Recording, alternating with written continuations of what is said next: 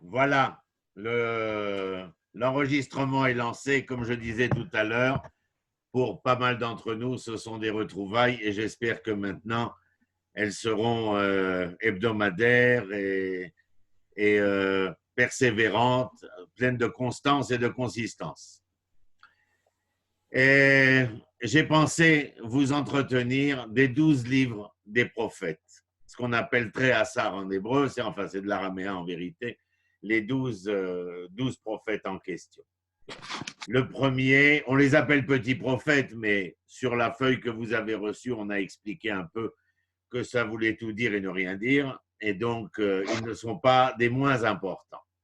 Mais je veux que vous vous habituiez, enfin comme nous avions l'habitude avec d'autres, à ce que chaque sujet entrepris dans le texte biblique soit de manière continue et assidue, contextualisé. Il est impossible de parler d'oser, et ne me faites pas de mauvais jeu de mots là-dessus, donc j'emploierai le mot Oshéa pour ne pas faire de mauvais jeu de mots. Et le Oshéa est un homme, il a un temps, il a un espace, il a une configuration historique, géographique, politique. Il ne sort pas de nulle part et ne va pas nulle part et ne se meut pas dans le néant de l'histoire. Alors, je commence en vous expliquant quel est le contexte.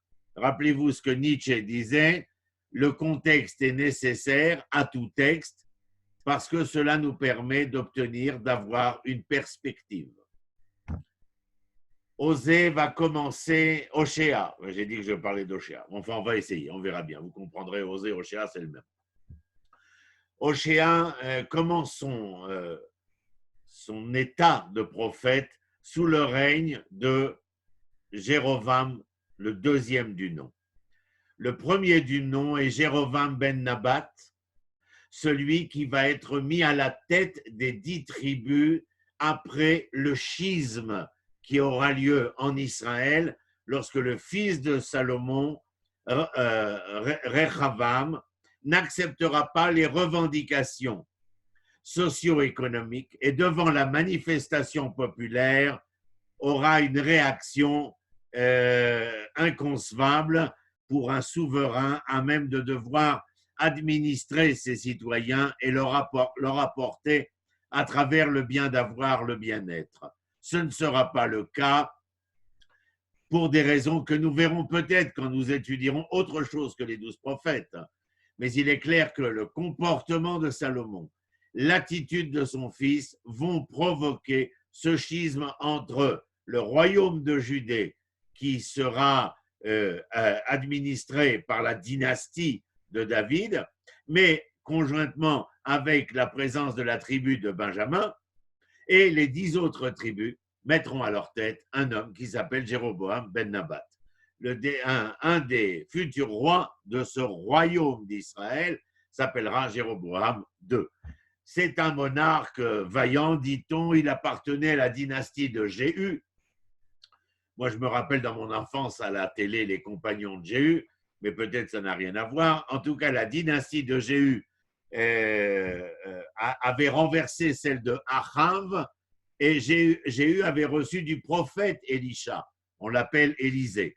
Bon, je vais vous faire sourire pour bien commencer parce que Élisée, quand il est entrepris par le prophète Éliaou qui a été démis de ses fonctions, Élie rencontre Élisée dans des champs. Ça y est, vous avez pigé? Éliaou rencontre Élisée dans des champs. Bon, voilà, je ne répète pas. Donc, Jéhu avait reçu d'Élisée l'ordre d'exterminer toute la famille d'Achav et d'abolir le culte du Baal. Mais les circonstances étant ce qu'elles furent, il n'est pas allé au bout de sa mission, soit qu'il n'a pas osé ou n'a pas voulu s'attaquer au culte idolâtre qui était célébré d'une part à Bethel au nord de la Judée et d'autre part dans la plaine du Golan, ce qu'on appelle la région de Dan. Cette idolâtrie avait été établie déjà à l'époque de Jéroboam, le fameux dont je vous entretenais, Jéroboam ben Nabat, on dira Jéroboam Jéroboam numéro 1, qui dès le début de l'existence du royaume d'Israël, c'est-à-dire celui des 10 tribus, au sud, il y a le royaume de Judée, avec Juda et Benjamin. Essayez de suivre, c'est très important, la contextualisation. Donc, il lui avait paru nécessaire, bien entendu, pour maintenir le schisme, de préserver l'idolâtrie au sein d'Israël, afin que les citoyens du royaume d'Israël ne puissent vouloir se consacrer au culte qui avait toujours lieu à Jérusalem. D'ailleurs, aucun monarque, pas même Jéhu qui renversera la dynastie de Achab, n'aura le courage moral nécessaire pour supprimer ces cultes idolâtres.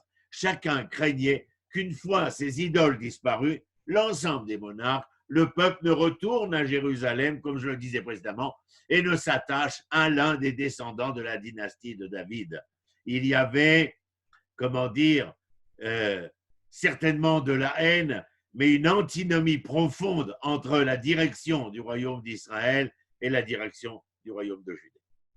En pratique, d'ailleurs, mes amis, la conduite de Jéhu s'est curieusement partagée entre l'obéissance et l'infidélité. L'obéissance au Dieu d'Israël, l'infidélité au Dieu d'Israël, bien entendu. Dieu ne lui a donc pas accordé tout ce qu'il tenait en réserve pour un serviteur vraiment docile, dirais-je.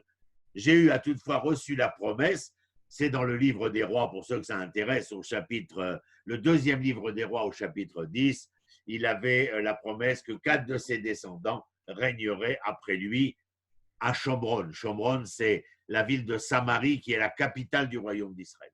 En revanche, à cause de sa désobéissance, un châtiment est infligé au peuple que l'on appellera à ce moment-là, dans le texte biblique, un peuple infidèle. Alors, de quoi s'agit-il? Eh bien, d'invasions, les invasions assyriennes, qui à l'époque est l'empire omniprésent, omnipotent dans la région moyen-orientale. Et donc, ces invasions vont, entamer Israël, tel que cela nous est relaté au deuxième livre des rois, toujours le chapitre 10. Mais d'ailleurs, en fin de compte, le pays sera finalement entièrement occupé. Le fils de Jéhu, Joachaz, sera plus humilié encore que son père à cause de sa propre infidélité qui va caractériser aussi les descendants de Joachaz. Mais étonnamment, ce Joachaz crie tout de même, implore l'Éternel, qui,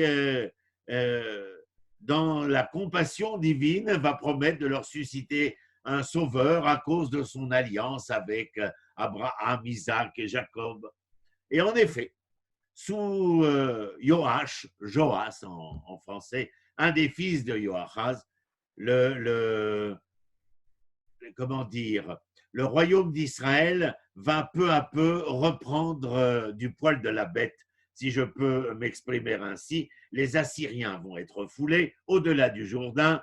Même le royaume de Judée, avec lequel Joach était aussi en guerre, c'est vous dire jusqu'où va aller le schisme entre Israël au nord et la Judée au sud. Il y aura tout simplement un fratricide, une guerre civile entre ces deux royaumes-là.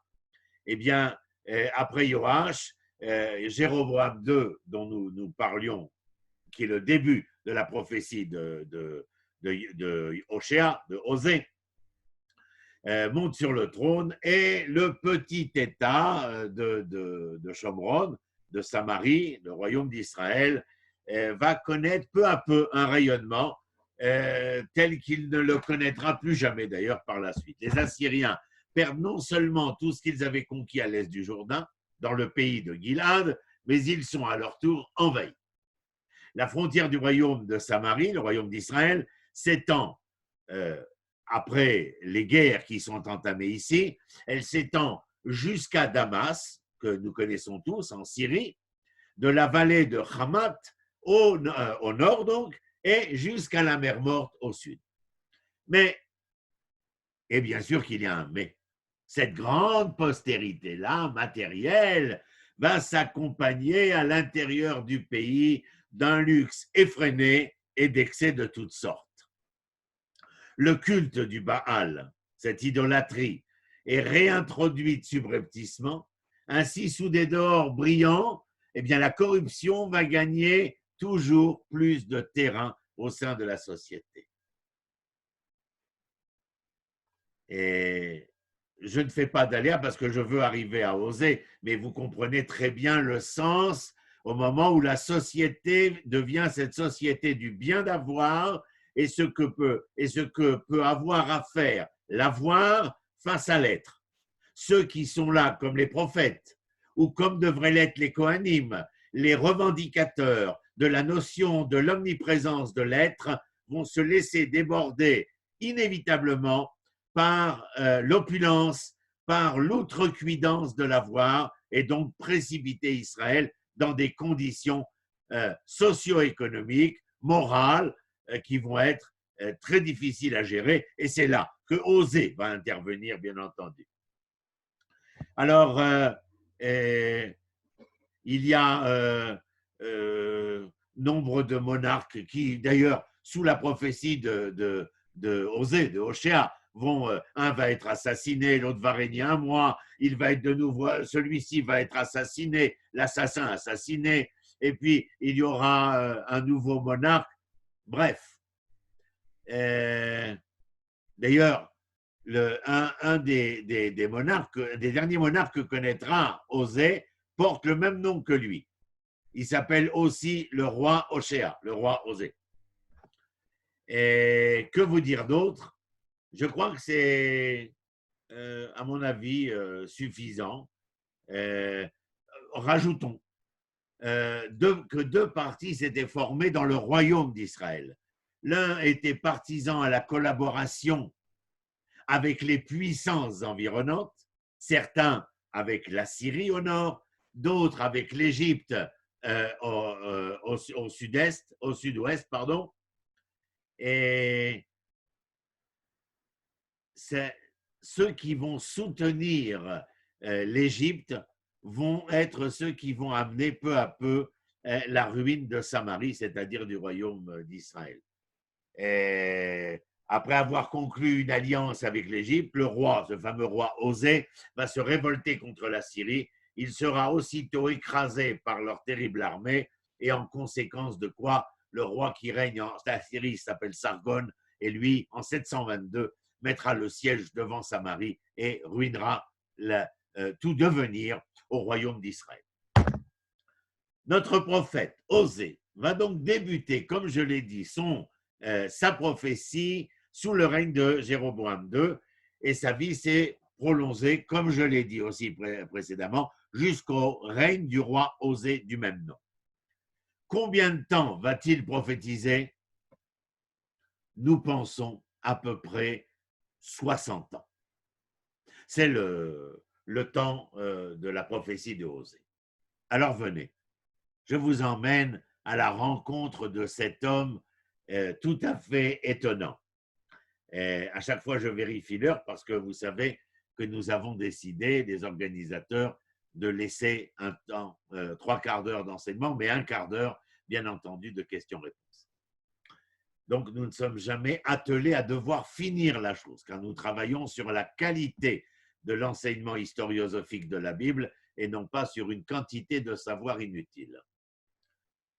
Les chapitres du livre d'Osée. Je vous l'ai préparé depuis ce matin, 6 heures du matin, ce que je vais vous dire, parce que je n'ai pas voulu reprendre ce que j'avais pu enseigner en Israël ou même à travers l'Ilmod, mais essayer de nous entraîner vers quelque chose de tout à fait différentiel et une approche qui ne va pas faire chapitre par chapitre, mais vous allez voir, essayer de prendre le livre dans son ensemble et de partager en 2-3 cours peut-être afin de pouvoir appréhender l'esprit, l'idée qui se dégage foncièrement de l'écriture de ce livre dans le contexte géopolitique, socio-économique et religieux que j'ai précédemment voulu énoncer. Les chapitres du livre de Osée racontent son amour pour sa femme. Rien de nouveau sous le soleil, Hollywood a perpétué la tradition. Non seulement il va raconter l'amour qu'il a pour sa femme, mais la trahison de celle-ci, car elle va le tromper. Et enfin, elle va s'en revenir vers lui.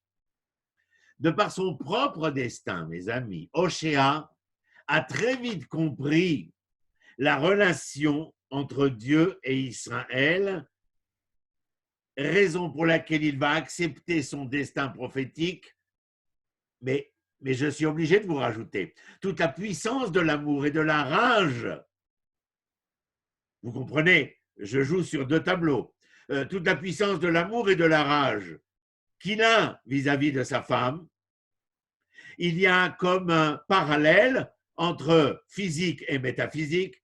Physique dans la relation qu'il a vis-à-vis de sa femme, métaphysique dans la relation qu'il entend de Dieu avec Israël et qui, bien souvent, va servir de métaphore au couple Dieu et Israël. Et il est l'amant trahi. Et il est l'amant trahi tel est Hoshea dans sa vie personnelle.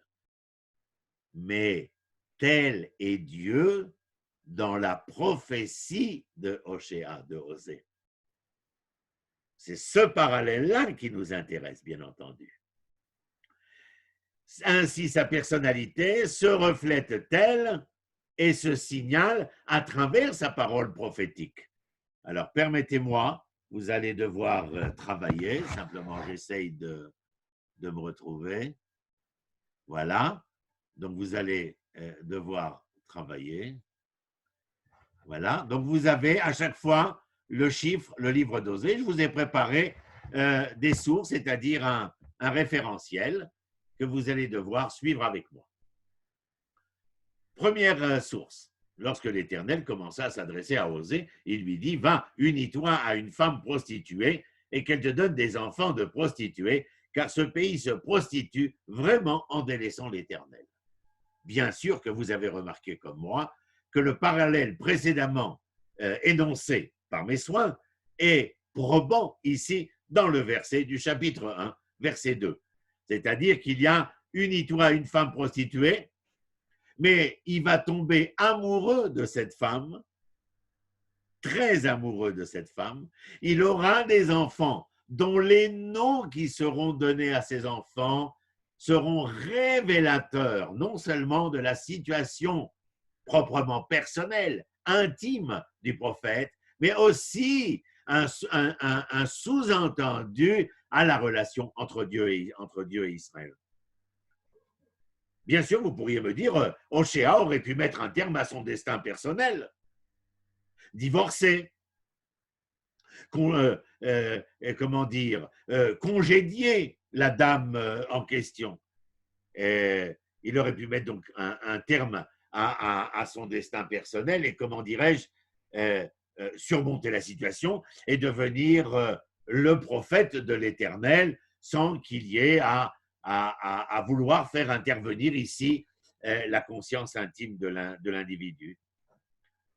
Si ce n'est, mes amis, qu'il décide de percevoir au sein de son destin une symbolique décisive dont nous avons parlé pour l'ensemble de ses prophéties.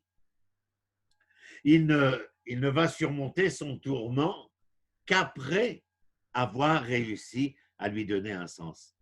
Mais chacun de nous ici présent est à même d'être tourmenté, préoccupé. La situation que nous vivons humainement, mondialement aujourd'hui, est une situation inquiétante, préoccupante, et nous avons tous besoin de lui donner un sens. Et après avoir découvert quel est l'enseignement de l'événement que nous sommes en train de vivre, l'événement que Hoshea est en train de vivre intimement dans son corps, dans son âme et conscience, alors comment je dirais ceci, il comprend quel est l'enseignement, puisque nous restons toujours dans ce parallèle, permettant de comprendre le sort du peuple. Encore une fois, son vécu devient pour lui un manifeste. Il lui offre cette vocation qui le transforme en prophète. Il va être confronté à quoi, cet homme-là? Et entendez-le dans les deux dimensions, physique et métaphysique. Amour, trahison et repentance. Bien sûr qu'il y a là pour chacun de nous, en tant qu'individu, car le texte ne parle pas simplement pour nous raconter l'histoire d'un passé, vous connaissez mon leitmotiv, Elle est là pour nous enseigner quelque chose qui doit nous servir à nous vis-à-vis de notre devenir. Amour, trahison, repentance sont des expériences, je disais, foncières. Elles vont forger un idéal critique au sujet de sa prophétie. Je voulais vous faire écouter quelque chose. Vous me permettez 2 secondes. Je vous fais écouter quelque chose. Vous allez bien sûr être étonné, mais bon, vous me connaissez, je suis un peu farfelu. Alors, voilà, écoutez. Ah oui, la voilà. Tu l'as vu retourner la pomponnette? Dis, garce, salope, ordure. C'est maintenant que tu reviens, hein? Et le pauvre pompon dit, il s'est fait un mauvais sang de fesses depuis hier.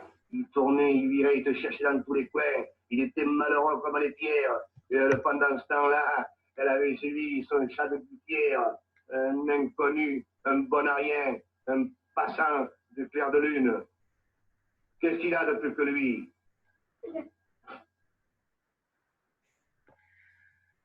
Voilà, bien sûr que la plupart d'entre vous connaissent le sujet en question. Moi, je suis toujours ému.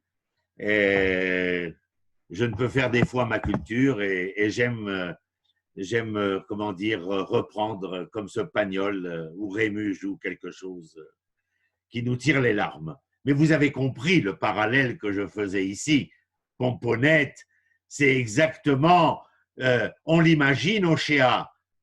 Il n'a pas les mains dans le pétrin, il n'est pas boulanger, mais il est celui qui est à même de nourrir le peuple, de cette nourriture spirituelle, de cette volonté de faire valoir le droit, la justice, l'identité morale de ces êtres hébreux vis-à-vis desquels il se sent responsable. Lorsque le prophète va entrer en fonction, il nous informe immédiatement du thème central dont il sera question et de la tension capitale qui existe au creuset de toute sa prophétie. Lisez, vous l'avez sur votre écran. Écoutez la parole de l'Éternel, enfants d'Israël, car l'Éternel prend à partie les habitants de ce pays parce qu'il n'y a ni vérité, ni bonté, ni connaissance de Dieu dans ce pays. Chapitre 4, verset 1 du livre de Osée, mes amis. C'est ainsi qu'Ochéa met en parallèle l'accent sur l'intégrité et la justice d'une part, la bienveillance et la connaissance de Dieu d'autre part. Elles sont pour lui ce critère de perfectibilité à même de mieux pouvoir considérer la réalité humaine et sociale. La modification du critère, ce dont je parlais, ce critère de perfectibilité, la modification du critère entraîne inévitablement la perception de la faute, de l'erreur, du péché, comme diraient les hommes religieux. Nous devons aller avec Ochéa et voir ce qui se passe dans un pays sans opinion divine. Ochéa va énumérer la faute, les fautes en fin de compte. Dans le verset suivant que vous avez, c'est le verset 3, regardez ce qu'il dit, pardon, 4, excusez-moi, la référence 4, votre source numéro 4. On y voit que par jure et mensonge, meurtre, vol et adultère, il renverse toutes les barrières et le sang se mêle au sang. À quoi cela vous fait-il penser, mes amis? Rien de moins difficile, plutôt rien de moins facile que cela. Ça nous fait penser à quoi? L'esprit des 10 commandements. Vous m'entendez? L'esprit des 10 commandements. Dans cette diatribe contre la faute morale, il ressemble au prophète Amos que nous étudierons après lui.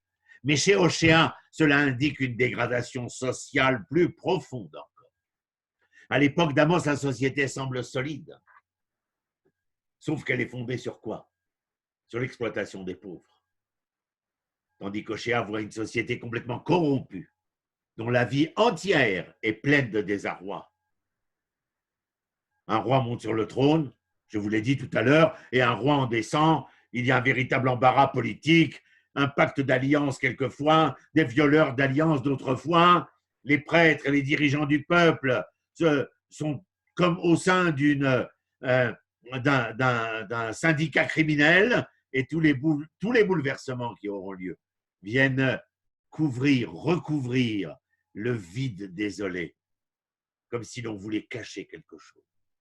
En lisant ces paroles de notre source numéro 4, l'impression est qu'un esprit, j'aimerais pas dire un esprit malin, mais un esprit perverti s'est emparé de tous, cause de leur ruine, non seulement individuelle, mais collective aussi.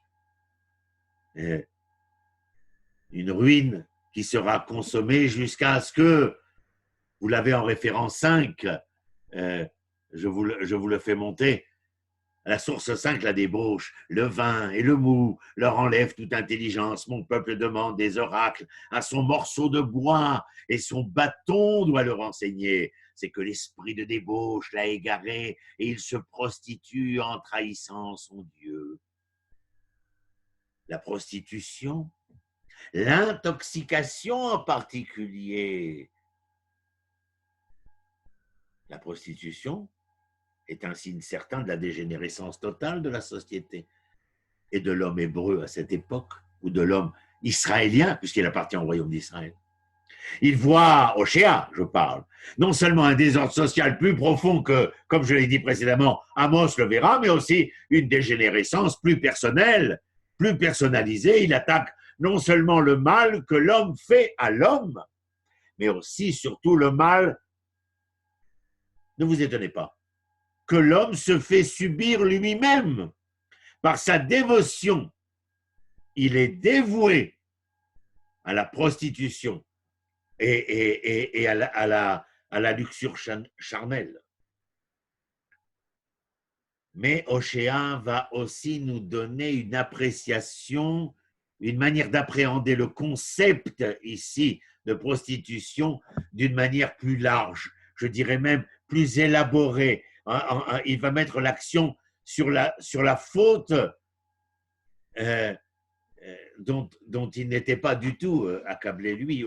Oshéa utilise le concept de prostitution principalement d'une manière métaphorique pour décrire les gens qui trahissent Dieu et poursuivent l'idolâtrie.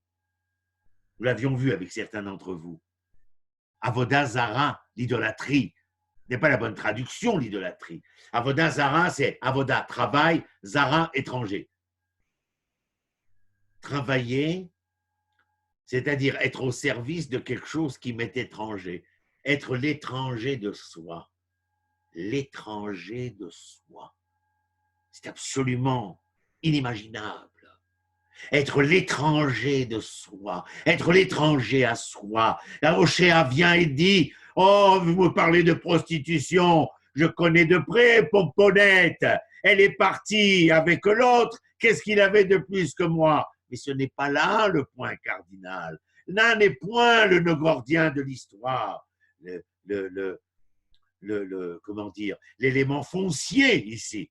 Et le fait que la société et les hommes composant la société sont arrivés à cette dimension où ils se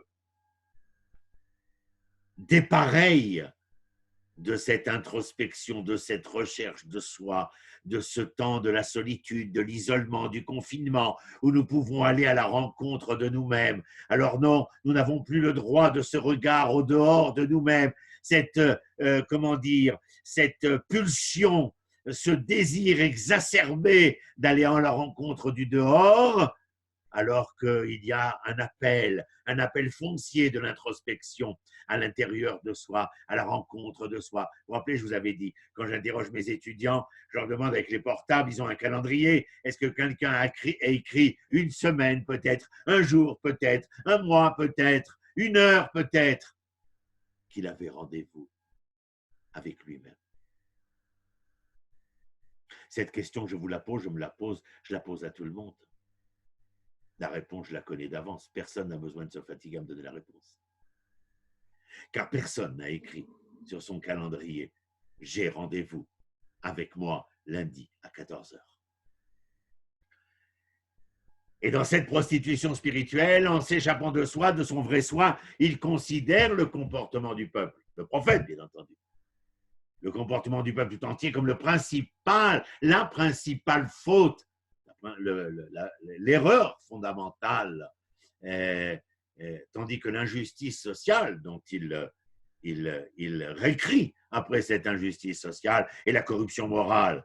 Mais entendez chez Hoshea que l'injustice sociale et la corruption morale ne sont que les résultantes, les manifestations de cet échappatoire de soi. Israël laisse son Dieu et se prostitue à d'autres. C'est le motif central, vous le savez, de l'histoire hébraïque selon la Bible. Ce sujet sur lequel, encore une fois, je vous le répète, dans les chapitres 9-12 du prophète Amos, lui fait seulement une allusion. Par contre, Hoshea, ici, dans l'ensemble de ces chapitres, perçoit cela comme l'événement important. Et c'est à partir d'ailleurs de cette période de Hoshea que le sujet sera détaillé, mentionné dans les paroles de tous les prophètes. Hoshea voit la trahison non seulement comme un fait qui a commencé chez ses contemporains, mais comme un long processus à travers l'histoire d'Israël. Il décrit d'abord les jours de marche dans le désert, après avoir quitté l'Égypte, comme la période idéale d'amour pour Dieu et pour le peuple. Ainsi, contrairement à ce qui est décrit dans les 5 livres de la Torah, il ouvre une même idéalisation de la période du désert qui se poursuivra avec Jérémie. Regardez, c'est votre référence numéro 6. Va proclamer aux oreilles de Jérusalem ce qui suit. Ainsi parle l'Éternel, je te garde le souvenir de l'affection de ta jeunesse, de ton amour au temps de tes fiançailles, quand tu me suivais dans le désert, dans une région inculte. Cela vous parle, mes amis?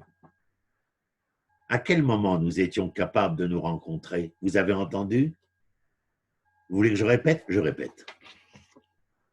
Je te garde le souvenir de l'affection de ta jeunesse, de ton amour, quand tu me suivais dans le désert, dans une région inculte. Là où il n'y a plus le bruit, mais il n'y a que le son de nous. La rencontre est possible. Voyez pourquoi je vous parlais tout à l'heure d'actualité, solitude, isolement, confinement. Mais après l'amour mutuel, la grande trahison de Dieu par Israël s'est produite. Regardez, référence 7.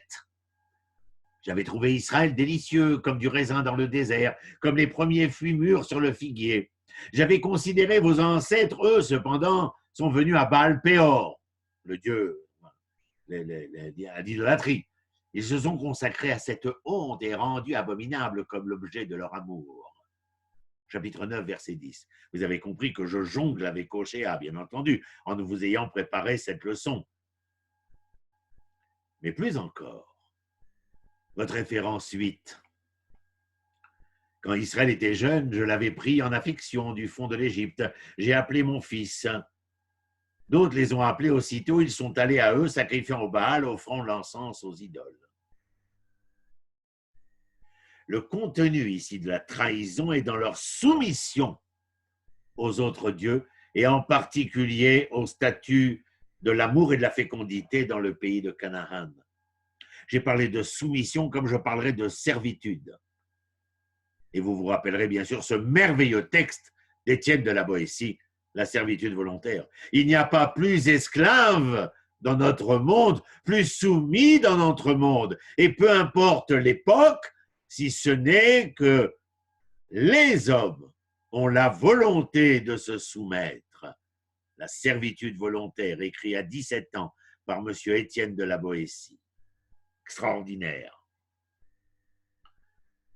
Ces dieux sont devenus leurs amants. Ils leur offrent, et ils sont persuadés, de se voir offrir leur nourriture par ces mêmes dieux. Référence 9, mes amis. car elle est débauchée, leur mère est hontée, c'est elle qui les a conçus, car elle a dit, je m'attacherai au pas de mes amants qui me pourvoient de pain et d'eau, de laine et de lin, d'huile et de liqueur. Chapitre 2, verset 7, toujours chez Osée, mes amis. À l'idolâtrie s'ajoute son idéalisation. Référence 10. Ton veau, ô Samarie. Ici, la référence, le veau, est bien entendu au veau d'or. A cédé la place, ma colère s'est allumée contre eux. Jusqu'à quand seront-ils incapables de pureté? Il est bien l'œuvre d'Israël. Un artisan l'a confectionné et il n'est pas un dieu. Certes, le veau de Samarie sera réduit en menus morceaux, car il sème le vent et il récolte la tempête. Pour eux, point de blé. C'est une végétation qui ne produit pas de farine. Dût-elle en produire, des étrangers la dévoreraient. Idéalisation qui leur coûtera cher, d'après le propos ici du chapitre 8, versets 5 à 7. Et pourtant, je vous dirais que quand même, j'ai réussi à trouver que les gens d'Israël semblent encore connaître Dieu. Regardez, je crois que c'est référence 11. Il crie vers moi, mon Dieu, nous te reconnaissons, nous Israël, chapitre 8, verset 2. Avec l'idolâtrie, Israël accepte également toute la culture étrangère, qui est une culture primitive, idolâtre, immorale, d'où sa complète dégénérescence. Son déni de Dieu est aussi un déni de lui-même, nous l'avons dit. L'idolâtrie entraîne l'assimilation. Référence 12. Éphraïm s'assimile parmi les nations. Éphraïm est un gâteau qui n'a pas été retourné. Éphraïm n'a pas voulu se remettre en question, se retourner sur soi. Il s'est donc assimilé à ce qu'il pensait être le nouvel idéal. Et dans le sillage de l'assimilation culturelle, spirituelle, il y aura aussi une assimilation, je dirais, politique. Car lorsque les gens ont perdu leur propre estime, l'estime de soi, ils ont dérivé vers toutes les opinions étranges et étrangères.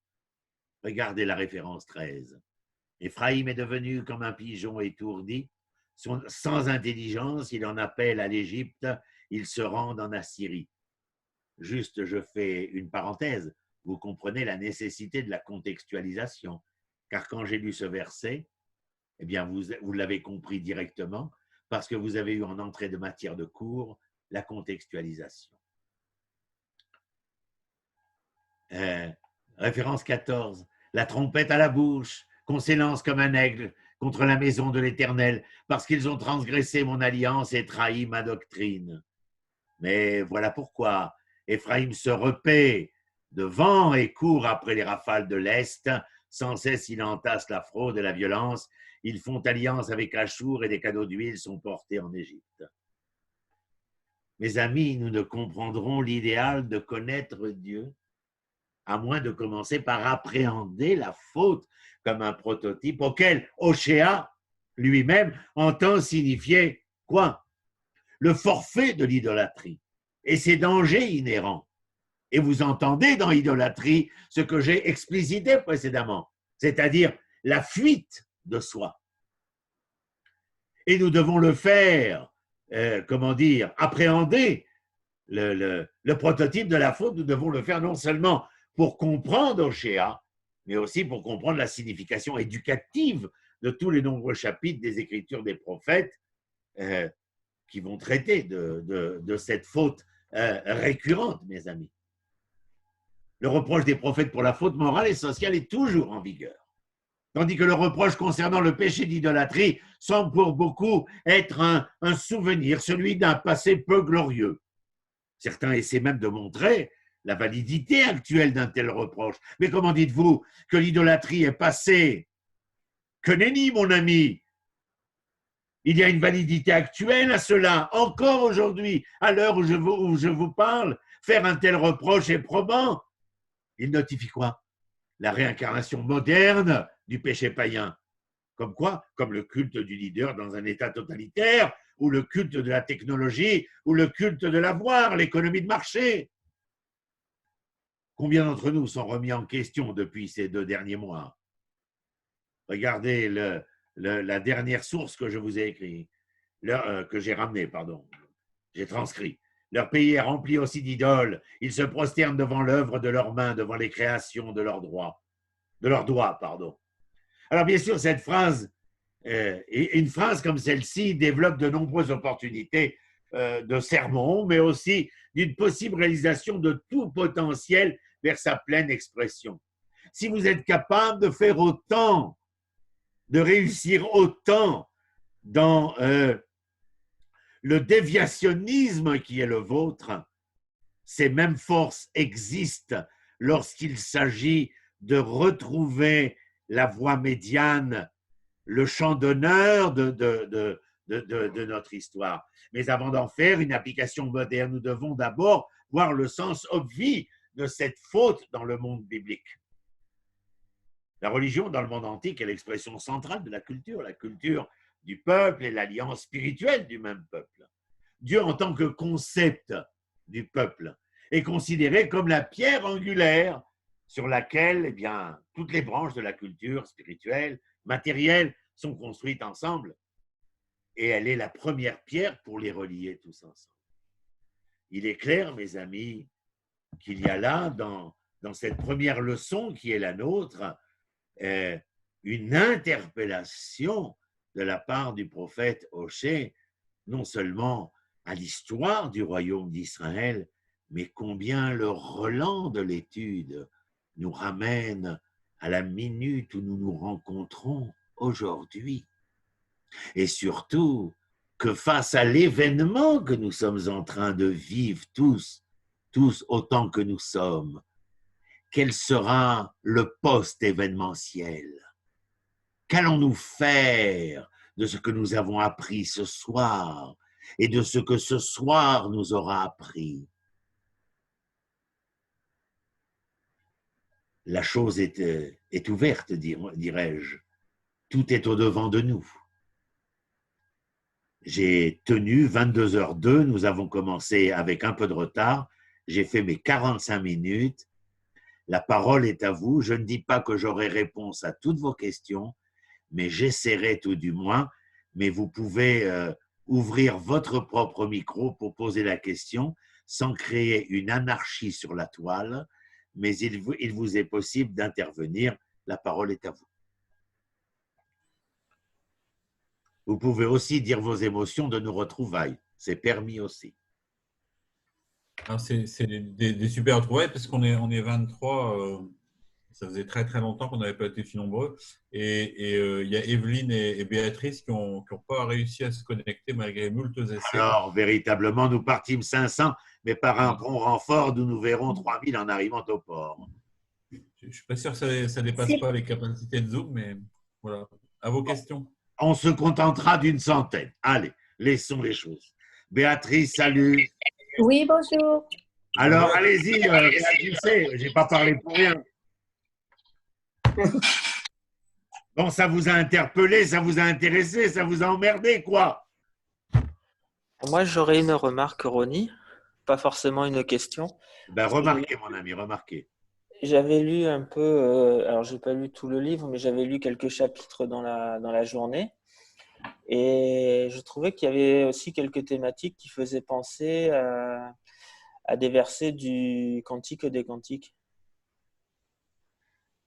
C'est possible, étant donné que nous ne savons pas qui sont véritablement les transcripteurs, les rédacteurs de certains des livres. Il est donc clair qu'il y a aussi des thématiques que l'on puisse retrouver. D'ailleurs, je l'ai dit tout à l'heure, Hoshea, par exemple, dans cette thématique de l'élargissement du concept de la prostitution vers l'entendement que j'ai explicité, c'est-à-dire la fuite de soi, la non-volonté d'introspection, est un sujet qui sera repris énormément dans l'ensemble des prophéties. Alors oui, il est très possible qu'il y ait ici une interaction des thématiques. Eh bien, dis donc, vous m'avez l'air pantois, si ce n'est quoi. Oui, vas-y, Wilfried. Ouais. Vas-y, Il y a répétition sans cesse dans l'histoire juive d'Israël qui perd sa relation à Dieu et se perd donc dans les méandres de l'idolâtrie. Déjà à l'origine avec Moshe, mais Moshe avait eu une explication au moment de la faute du vaudor. Il avait mis ça sur le compte du Erev Rav. Alors, est-ce qu'on peut voir au fil de l'histoire d'Israël que chaque fois, il y a des gens qui viennent se rassembler autour d'Israël et puis quelque part réintroduire cette notion d'idolâtrie et quelque part perdre Israël? J'imagine que si je donnais une réponse positive, la chose serait aisée à entendre et surtout nous permettrait de soupirer plus aisément. Or, ce n'est point le cas. Je ne crois pas. Je crois que nous sommes suffisamment hommes, même d'Israël, à posséder le potentiel de pouvoir être et devenir, mais de la même manière, à pouvoir se démettre et à s'empêcher de devenir. Je crois que je n'ai pas besoin, comme disait le professeur Rav Yehuda Léon Ashkenazi, Manitou, de pointer un doigt vers monsieur pour trouver, un responsable. Et quand je pointe le doigt vers l'accusé, il y a 3 doigts vers moi. J'ai donc à me remettre foncièrement en question. Et je ne voudrais pas, Wilfried, merci de ta question en tout cas, je ne voudrais pas que nous tombions dans la facilité de l'analyse à laquelle le prophète Oshéa nous renvoie ici. Car, je l'ai dit, je le répète, il n'est pas question ici de faire des leçons d'histoire. Ça aurait intéressé ma grand-mère, mais ce n'est pas mon cas. La leçon prophétique est une leçon qui se veut porteuse d'entendement pour demain et après-demain. Alors, il est vrai qu'à l'époque de Moshe, il y a cette explication qu'une tourbe humaine sortie d'Égypte aurait été à l'origine du déviationnisme que nous connaîtrons. Mais enfin, je te rassure, Wilfried, bien après la tourbe humaine, nous serons capables, nous-mêmes, les Hébreux, de nous flageller de toutes les manières possibles et inimaginables. Moi, j'ai une question, Ronnie, par rapport à Oshéa, il cite souvent Éphraïm, donc c'est réducteur parce qu'il y a 10 tribus là-bas. Non, Éphraïm, c'est simplement parce que Éphraïm est en fin de compte, Yerovam ben Nabat est originaire d'Éphraïm. Et donc, le royaume d'Israël sera aussi appelé Éphraïm. Éphraïm est une symbolique pour Israël, parce qu'en fin de compte, c'est lui qui est à la tête, pour vous raconter en 2 secondes, enfin non, 3 secondes, Yerovam ben Nabat, il est le chef de chantier de Shlomo HaMelech, c'est-à-dire le ministre de la construction, je ne sais quoi. Et il se rebelle. En aucun cas, il vient de la tribu d'Éphraïm. Il se rebelle contre Salomon, c'est un crime de lèse-majesté, et il s'enfuit. Il s'enfuit en Égypte, et lorsque la manifestation qui rencontre le fils de Salomon, se passe au plus mal, ils font appel à Yerovam pour revenir et prendre la tête des 10 tribus. Voilà, c'est tout. Donc, il s'appelle Éphraïm, c'est une manière d'appeler Israël. Et on appelle Israël, il y a Éphraïm et tous les 9 autres qui sont avec lui aussi. Tsipora, ça t'a intéressé? Paul, bienvenue, ça fait longtemps qu'on ne t'a pas vu. Avant, tu t'exprimais à haute et intelligible voix. Donc, tu as la parole. Tina, on ne l'entend plus non plus. Bonsoir à tous. Bon, ça vous inspire quoi? On a fait une leçon, ce n'est pas simplement pour se repaître d'un savoir. Qu'est-ce que nous avons entendu? Qu'est-ce que nous avons appréhendé? Et vers quoi allons-nous? Je veux dire, nous avons envie d'en savoir plus. On continue jeudi prochain, bien entendu, si Dieu veut. Mais en tout état de cause, qu'est-ce que chaque leçon vient nous apporter? Quelle réflexion? Je veux dire, on va fermer Zoom, et alors? Vous allez où après? Vous allez faire quoi? rester dans la même monotonie, dans la même, comment dire, dans le ronronnement quotidien, revenir au quotidien, ni avec le corona, ni avec nos leçons, il y a de possibilités de pouvoir se dire un tant soit peu, nous revenons à ce que nous étions. Sinon, la leçon, quelle leçon qui soit, ne sert à rien. Excusez-moi, j'ai encore pris la parole. Ronnie, Oui, je t'écoute. quand j'ai lu un petit peu donc, Océan, et il y a une chose qui m'avait interpellé à titre personnel, sur la qualité que l'on a dans les rapports à Dieu.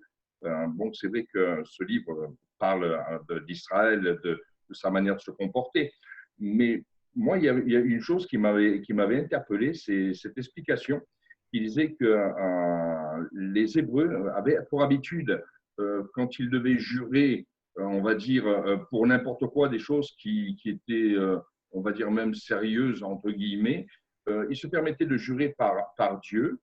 Et par contre, quand c'était quelque chose de vraiment très, très sérieux, où là, il ne fallait pas blasphémer, le fait de jurer se faisait par Baal. Et je me suis interrogé là-dessus, je me suis dit, mais est-ce qu'à des moments dans nos vies de tous les jours, quand on est un petit peu on passe du sacré en même temps dans le profane, du profane au sacré, des fois on fait des dichotomies, est-ce qu'on n'est pas aussi dans ce phénomène-là de faire une dissociation avec Dieu, alors que Dieu est dans tous les milieux? La question est juste, Aval, c'est tout à fait vrai. Je disais dans un cours en hébreu dernièrement que durant ma carrière médicale, pendant 30 ans à l'hôpital Hadassah, j'avais remarqué une chose, c'est que c'était la plus grande librairie de psaumes de David qu'on a pu inventer à la surface de la Terre. Je parle de l'hôpital. Je ne suis pas certain que chacun de nous, en dehors de ce moment de l'hôpital où nous étions, enfin où ils étaient, nos patients, dans une précarité, dans une adversité difficile à supporter, et le livre était un support. L'interpellation de Dieu était un support probant.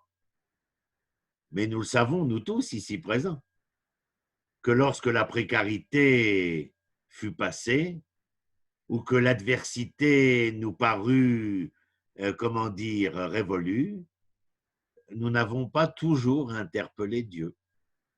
Il y a une sorte de ce que je pourrais appeler, mais excusez-moi du terme, une sorte de syncrétisme. Nous savons bien que le temple à Jérusalem était bâti. Nous savons bien que des millions d'Hébreux montaient au temple pour les fêtes. Et nous avons retrouvé des milliers de statuettes de Astaré enceinte, qui était la déesse de la fécondation. Et donc, ta question est révélatrice. Elle est révélatrice de ce syncrétisme-là, de cette réalité-là.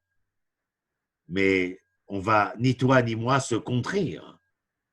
Mais simplement, peut-être en essayant de comprendre et d'entendre ce à quoi nous faisons face, eh bien, d'y réfléchir, de prendre en considération et peut-être de décider, oui, je l'emploierai, d'être plus honnête avec nous-mêmes. Et de ne pas mettre à notre service Dieu lorsque l'intérêt prime.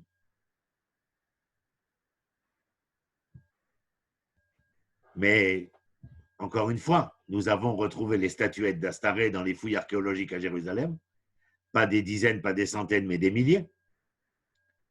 On pouvait très bien aller au temple, faire ses dévotions et rentrer à la maison et dire « Salut Astaré, comment vas-tu aujourd'hui ?» Te dire ici qu'il y a une dualité chez l'homme, un état ambivalent, oui. Oui, j'écoute. Oui, heureusement que Dieu n'abandonne pas l'affaire, parce que moi, la pointe que je retiens du livre de Shea, je te fiancerai à moi dans la justice et dans le droit, je te fiancerai à moi dans l'amour et la fidélité, je te fiancerai à moi et tu sauras que je suis le Seigneur. pour moi, c'est ça qui… Enfin, Dieu n'abandonne jamais. Heureusement. Oui, oui, oui, heureusement. Heureusement. Tout ce qu'on a entendu aujourd'hui, que bien sûr, on a sous les yeux tous les jours. Oui, parce que je crois que chacun de nous est interpellé, est appréhendé par l'histoire. Je prends l'exemple encore une fois, car pour moi, j'écris beaucoup sur les WhatsApp sur lesquels la plupart d'entre vous sont. Vous recevez mon enseignement en français aussi, et j'en parle énormément, mais il est évident. Est-ce qu'il n'y a pas ici, dans les jours qui sont les nôtres aujourd'hui, un point d'exclamation énorme à la face de l'humanité? Mais le point d'exclamation est pour l'homme. Dieu n'abandonne jamais. Je dirais que on l'avait étudié ensemble avec certains, mais que lorsque le roi Shaoul ne va pas jusqu'au bout des choses dans sa guerre contre Amalek et laisse le roi et laisse des animaux où il sous-tend que le roi prisonnier, c'est à l'honneur d'Israël et que les animaux sont afin d'être offerts en sacrifice pour remercier Dieu,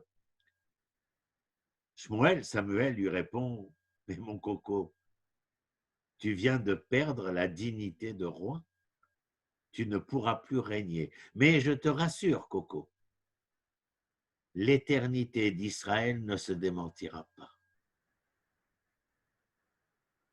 L'homme pourra être démis de ses fonctions, l'homme pourra disparaître, mais l'humanité, jamais.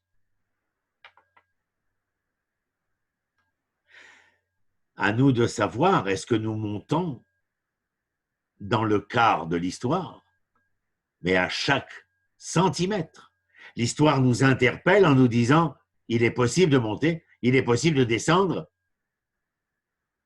il est possible de même de sauter en route, en chemin. Il est possible de le prendre en chemin. Toutes les probabilités, les opportunités sont ici présentes. Mais le quart, messieurs, dames, il est parti de telle station et il arrivera à telle station. Que vous soyez ou que vous ne soyez pas. Donc oui, il y a tu as raison dans ce que tu dis, heureusement, ben oui, mais ça c'est l'humanité, jamais, mais l'homme, je dirais toujours. Toujours quoi? Il aura toujours la possibilité d'assumer de manière probante la bienveillance qui lui est offerte, mais il aura de la même manière la possibilité d'être malveillant quant à sa propre histoire. Ronnie, j'ai une question de Christian qui n'a pas de micro en état de marche. Il me l'a écrit. Vas-y.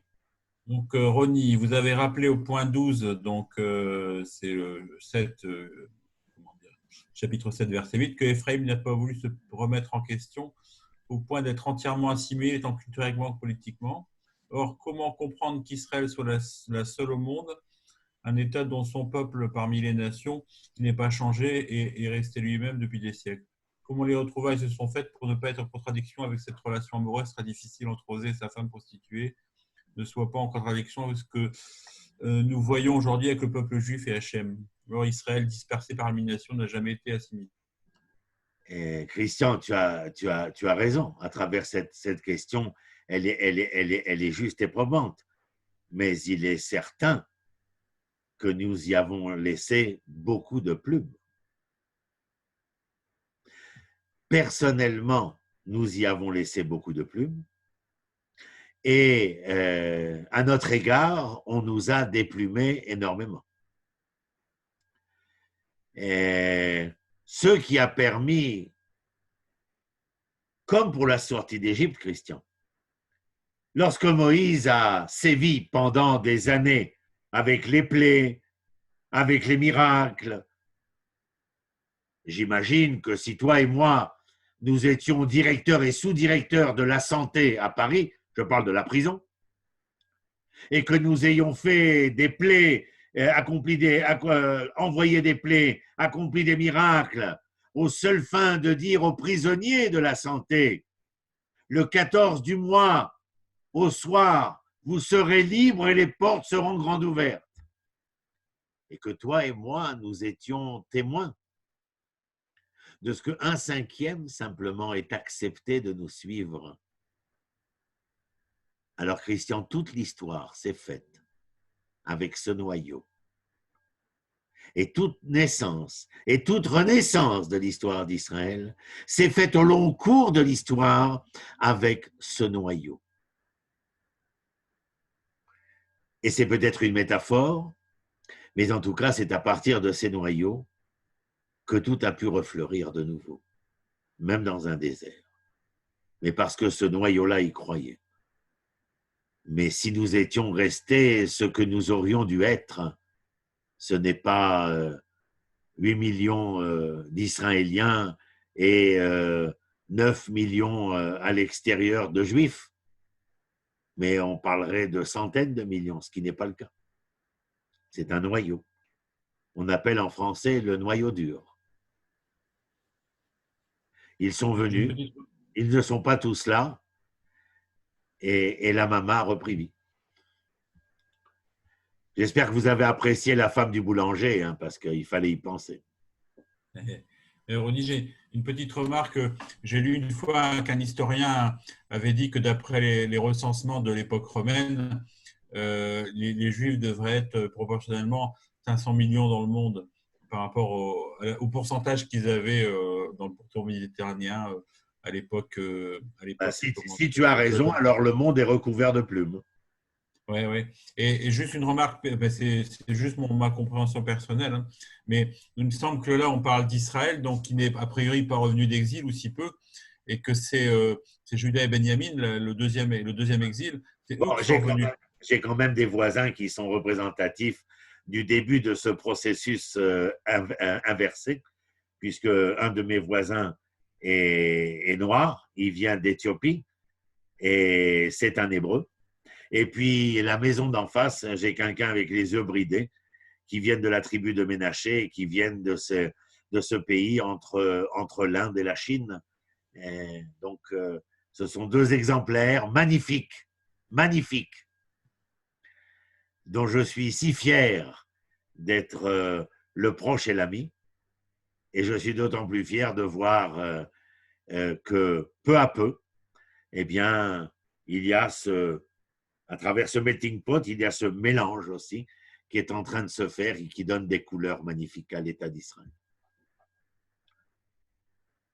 Voilà, j'espère vous retrouver la semaine prochaine, 2 fois plus nombreux, puisque chacun va venir avec un ami à lui ou une amie à lui. Je ne suis pas raciste. Et donc, chacun va venir avec une amie et donnez-vous comme fonction d'être les ambassadeurs de ce que nous venons de faire. Je pense que c'est très important. Je suis très heureux que nous ayons été, avec ce que nous a dit Pascal, donc près de 25 ce soir. Pour un coup d'essai, ce fut un coup de maître, monsieur Henri. Et j'espère que ça vous a intéressé. Sur le WhatsApp, je vais vous envoyer la feuille de source, la feuille de référence. Donc, chaque semaine, vous aurez la feuille de référence. Je peux vous dire que ce n'est pas pour me donner des coups sur l'épaule, des caresses sur l'épaule. J'ai commencé à 6 heures du matin, j'ai terminé à midi pour préparer ce cours que nous avons fait. Et vous préparez la feuille de référence, etc. Donc, je pense qu'il y a un intérêt à cela. Je vous la mets sur WhatsApp. Tsipora, Itaï, Pascal et tout celui qui pourra y diffuse.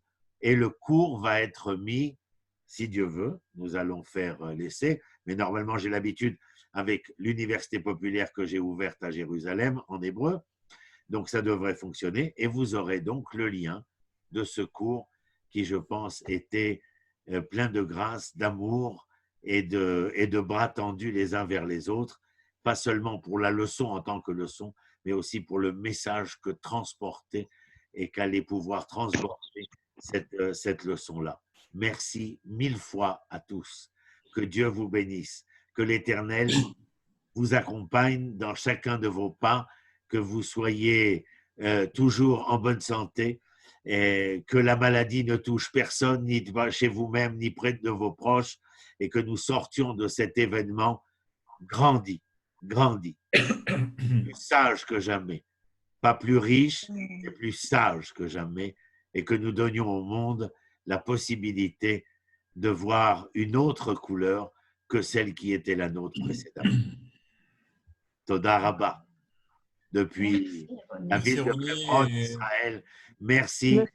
Merci beaucoup. À vous tous. Oui, Toda Rabba, Ronnie. Au revoir. Au revoir. Merci, au revoir. Au revoir. Franck, Pascal, Tina, tout le monde. Il y a Joss, Christian, Rose Espérance, Tina, David, Isabelle, Béatrice, si j'en oublie, Myriam, Mamache, Raymond, tout le monde, merci. Merci beaucoup. Merci à vous. Merci. Au revoir. Merci beaucoup. Au revoir. Au revoir. Merci, Ronnie.